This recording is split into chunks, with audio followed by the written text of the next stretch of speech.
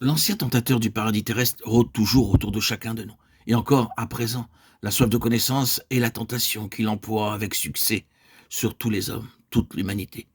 Aujourd'hui, combien de chrétiens pourraient nous dire que leur connaissance des vérités divines ne produit guère de résultats en eux, que leur science les laisse sans force de résistance en face du monde et du péché, qu'ils ne savent que peu de choses de la lumière, de la liberté, de la force et de la joie que devrait leur apporter la vérité. Il en est ainsi parce qu'ils cherchent à s'assimiler les vérités divines au moyen de la sagesse humaine, au lieu de compter sur l'esprit de vérité pour leur en donner la véritable intelligence. Que d'efforts sans résultat pour demeurer en Christ, pour marcher comme Christ, parce que la foi s'appuie sur la sagesse de l'homme plutôt que sur la puissance de Dieu. Que d'expériences, d'ailleurs bénies, n'ont été qu'éphémères, faute de compter sur l'esprit de vérité, qui est chargé de faire de la présence de Christ une réalité durable. Ceci nous signale ce qu'il faut à la vie chrétienne et ce qui lui manque souvent. Jésus a dit, si quelqu'un veut venir après moi, qu'il renonce à soi-même et qu'il me suive. Matthieu 16, 24. Qu'il est grand, le nombre de ceux qui cherchent à suivre Jésus sans renoncer à eux-mêmes. C'est avant tout à notre propre sagesse qu'il faut renoncer, à notre force d'intelligence et de raisonnement, lorsqu'elles veulent s'emparer des choses de Dieu.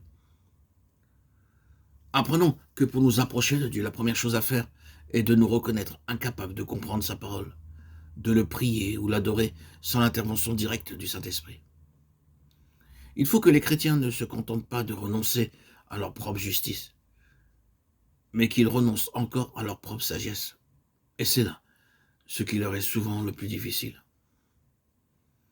Comprenons bien que pour tout acte d'adoration, l'Esprit de Jésus nous est tout aussi indispensable que son sang.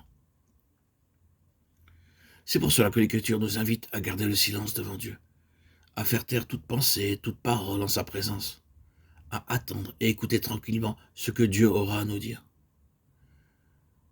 L'Esprit de vérité ne parle pas de lui-même, mais il dit ce qu'il a entendu. C'est donc à l'humilité, à la docilité et à la promptitude à écouter que se reconnaît la présence de l'Esprit de vérité.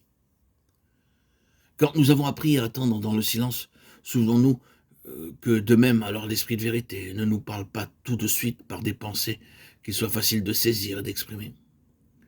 Pour que ces manifestations extérieures soient bien de lui, il faut qu'elles commencent par être profondément enracinées. Le Saint-Esprit est l'Esprit de vérité parce qu'il est aussi l'Esprit de vie. Or, la vie est la lumière. Jean 1,4. Ce n'est donc ni à l'intelligence ni au sentiment que l'Esprit s'adresse en premier lieu, mais à l'homme caché au fond du cœur, à l'esprit de l'homme dans les replis intimes de son être. C'est à la fois seulement que l'Esprit révèle le sens et la portée des enseignements qui nous conduisent dans la vérité. Que notre premier soin soit donc de croire que le Dieu vivant vient faire son œuvre en nous. Croyons que le Saint-Esprit nous sanctifie et remettons-lui tout. Il nous montrera alors qu'il est la vie, qui est la lumière. Quand nous reconnaissons qu'en nous-mêmes ne se trouve aucune sainteté, reconnaissons aussi que nous ne possédons de nous-mêmes aucune sagesse. Plus nous en serons convaincus, plus nous apprécierons la promesse d'être guidés par l'Esprit.